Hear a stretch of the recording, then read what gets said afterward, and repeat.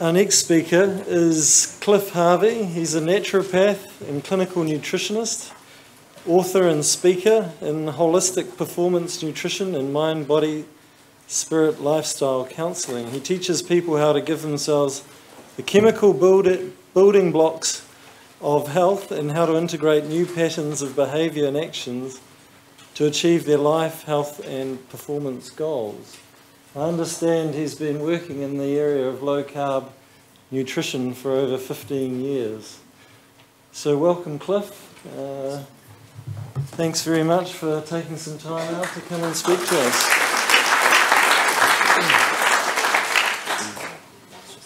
Sorry? If you can... Nod. If you can try and get into here, the recording, or I think your sound recording will work better. Excellent. Okay. Welcome. Simon said I'm Cliff Harvey, a naturopath, nutritionist. I developed the sports nutrition program at Wellpark College of Natural Therapies, and I'm becoming involved now with the research up at AUT with Grant Schofield and my supervisor, Mickey Willardon. But the reason I'm here today is to bring it back a notch and give you some perspective on some of the conceptual and, to some degree, I guess, philosophical reasons why I got into higher fat, lower carbohydrate nutrition way back when in the 90s. So it's really to give you a perspective from a clinician as to what drove that change, I guess, from what was the current paradigm at the time. Some of my early influences back in the 90s were pretty much what we'd now consider to be bro science, right? We had magazines like Muscle Media 2000 with, muscly guys and interesting women. But some of these magazines that were coming out at that time started to change a lot of perspective within clinicians and strength coaches, people like that, as to what we really needed to be eating to be fueling ourselves.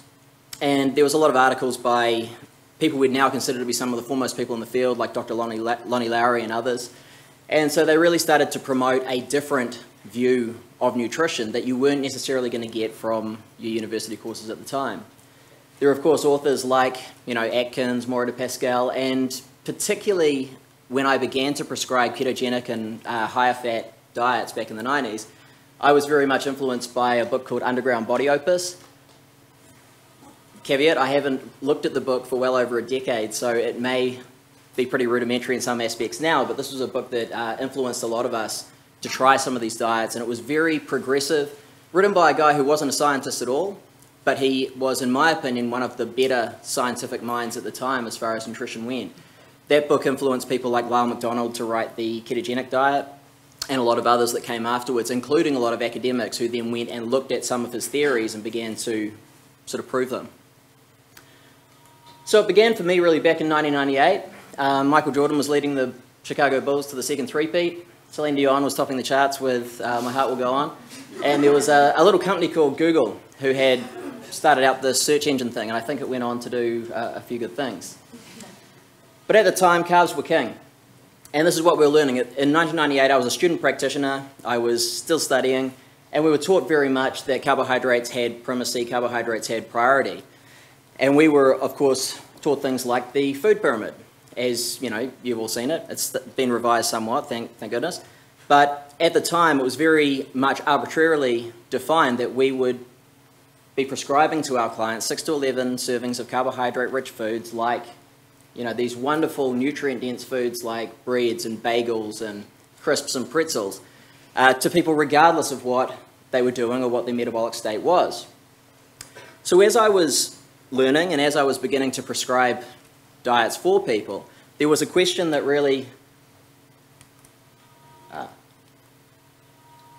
came to mind.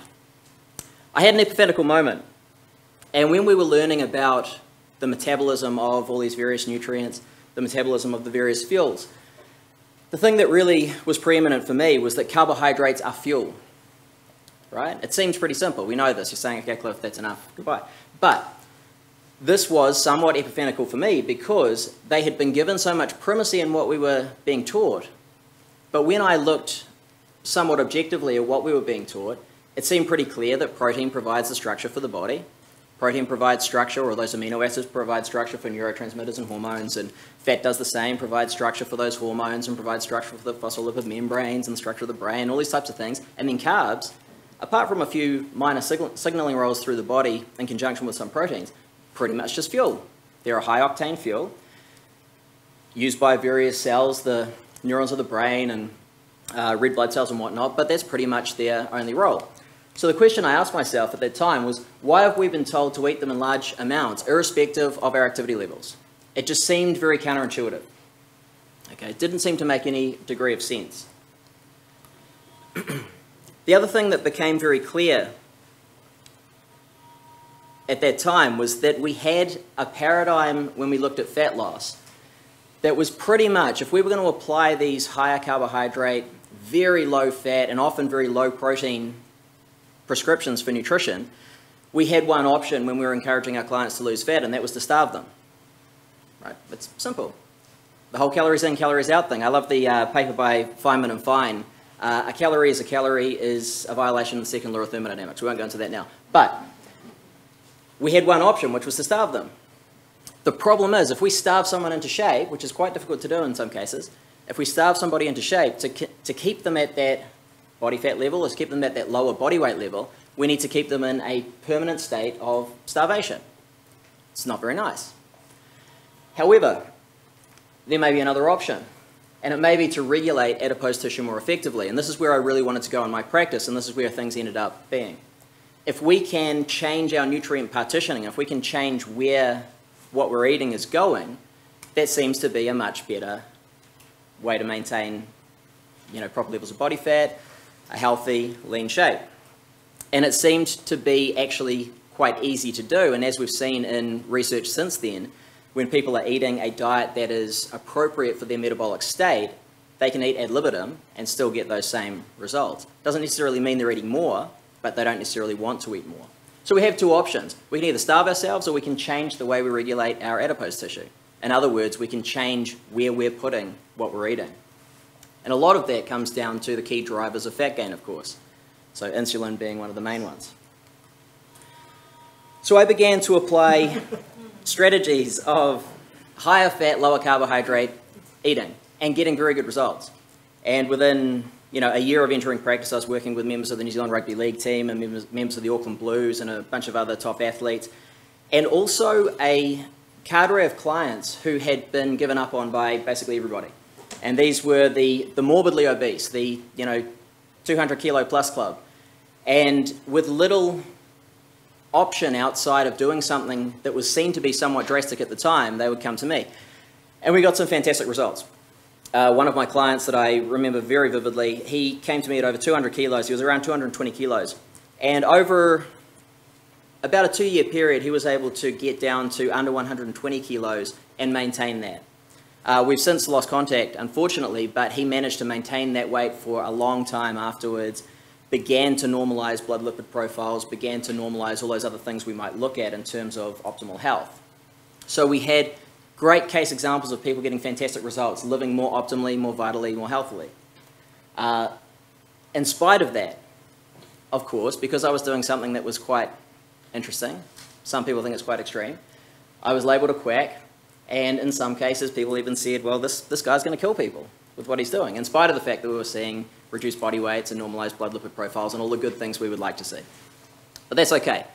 I was quite happy to be a heretic. I'm pretty crazy, and I'm happy to be crazy so long as people are developing more health and more happiness. It also makes it more interesting to go out for a beer with someone who's crazy. So my heresy I began to call carb-appropriate nutrition. Okay, and we're at a symposium here that's looking at lower carbohydrate, higher fat paradigms. But carb-appropriate, I think, is a term that is a little bit more expansive than that. Because what we're looking at with the idea of carb-appropriateness is that carbohydrate intakes are activity dependent.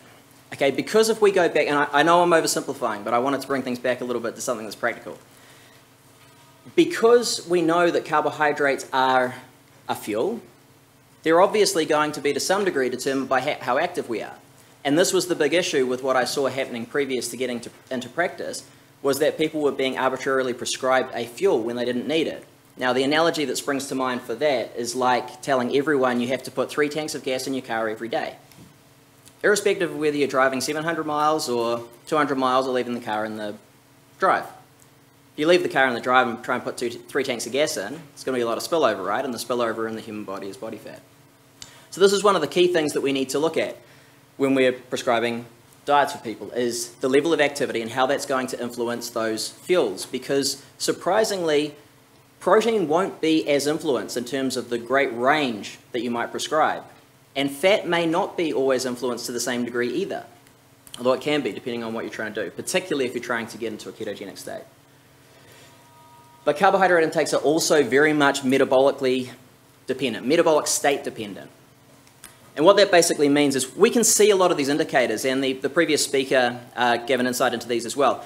As a clinician, what I'm looking at in terms of the degree of carbohydrate restriction, or what I want to do with a client in terms of giving them a certain level of protein, fats and carbohydrates, is looking, number one, at their body composition. I know I oversimplify, but it's a good thing to do. It makes things easy. If someone is over fat, if someone is holding too much body fat, then they are not in a good state of metabolism. It may just be transient, but they're not in a good state of metabolism. They are not partitioning nutrients very effectively, so we need to change those ratios to allow them to do that. So one of the things that we'll look at first and foremost is simply body composition and that regional adiposity, in other words, where that person is storing the body fat. For example, as you saw before, that band of fat around the waist, that's very highly linked with insulin resistance. So it gives us some very easy key indicators that we can look at when we're looking at prescribing nutrition. The other thing, of course, we'll look at is blood profiles. So these include, the primary ones would be your triglycerols or your serum triglycerides, HbA1c, which shows the levels of glycation, or overall the levels of glucose in the blood over a longer period of time, and of course HDL, LDL profiles. Now where those are normal or becoming normalized, we know we're on the right track. Where they're not, we know we need to go a little bit further. Also, observed and perceived wellness ratings. This is interesting because sometimes you can have someone on 2 styles of diet, one being slightly higher in carbohydrate. I'd never say high carb in the old sense, but slightly higher in carbohydrate, and they're fine. Body composition's fine, blood lipid profiles seem pretty good, but they still don't always feel as good as they could. And sometimes making a change and seeing how it works out can give them a better result in terms of how they feel, how they think in particular. And this is an interesting aspect sometimes when we look at performance. Sometimes we don't get a performance benefit when we change from a very high carbohydrate diet to one that's slightly lower in carbohydrates and has more of those good fats and things. But what we often see is greater satiety, greater cognition, less of that real hunger drive that we get if we haven't had a meal when we should have. So we're not so much a slave to the fridge. We can go longer, feel better. So that's an important aspect as well, because we can't always just quantify things and look at that. We need to sometimes look at the more qualitative aspects of how we feel and go on and use that as well. So one of the ways I do this in practice is to start with a stepwise restriction of foods, and this is based on their metabolic state. So we can see that, like I said, from their body composition and from their blood lipid profiles. So we might, for example, start by eliminating wheat first and foremost. Why? Because if we do that, and any of you who are practitioners will probably know this, you eliminate wheat and people tend to eat lower amounts of carbohydrates anyway. They tend to eat much less refined carbohydrate. But then if they're not getting results with that elimination of wheat, plus there's other issues, of course, with gluten and other lectins that are coming from wheat that can be allergenic. But if they're not getting those results that they want, then we can go through a stepwise restriction where we're restricting things like sugar, the other gluten grains, the other grains, the legumes, the tubers, the fruits. Every point we're basically looking at getting some progress, and where we're not, we keep moving. To the point where at this very extreme end, we would be in a very, very low carbohydrate state. We would have to, of course, eat a lot of fat in that state to encourage that state of ketogenesis and to give us the fuel that we need. It's a viable place to be. I spend a lot of the year there. It's lovely. Come join me. But, so we can start that way. But the other way we can go is we could go the other direction, where we start by having a very restricted, or somewhat restricted diet. Where we start with a ketogenic diet, very low in carbohydrates, much higher in fats, and then from there, we can step back the other way over time, let's say 3 months later, 6 months later, a year later, and begin to bring back some of those unrefined carbohydrate foods And what we find is a lot of times people will be able to stay in a state of ketosis or semi-ketosis, a level of ketonemia that allows them to feel fantastic, have those fuels for the brain, but they're, I have to tip my hat here to Grant, a lot more metabolically efficient. They're a lot more metabolically adaptive. So they can swing in and out of those states of utilizing carbohydrate more effectively, but also being very highly fat adapted. Make sense? Yay. So I'll leave you with a few clinical messages. In my experience, going all the way back to when Celine Dion ruled the charts, a higher fat, lower carb approach is more effective for most people most of the time. That's just what I found. And by higher fat, lower carb, I mean compared to what people were doing before. The degree of carb restriction, though, can be determined by metabolic state and someone's activity factors. There's no one-size-fits-all diet, okay? But there is a similar size fits most. How droll. Amongst any of the nutritional strategies we might employ, though, whether someone is, you know, more inclined to be high carbohydrate because that's their bias, whatever, that's cool, or whether they are more in line with where I would be, which would be much higher fat, lower carbohydrate. The commonality, I think, between anything we might all agree is a good diet is 3 words, and they were pretty much summed up before by the previous speaker, but they're natural, whole, and unprocessed. And in my experience, where people are more concerned at the end user level with a concept or a philosophy of good eating that encapsulates that, they pretty much get all the results they need. When we're less concerned about looking at the back of a label and saying what's on it, what should I get, and more concerned with foods without labels, we tend to get the results. If people do most things right most of the time, they tend to get results.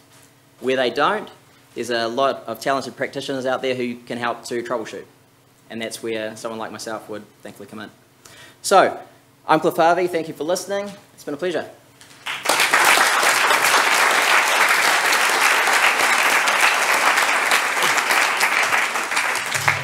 Thanks very much, Cliff. Yeah, don't ever apologise for simplifying. Very much appreciated from my point of view, and good to have the practitioner's viewpoint. And I like that stepwise approach.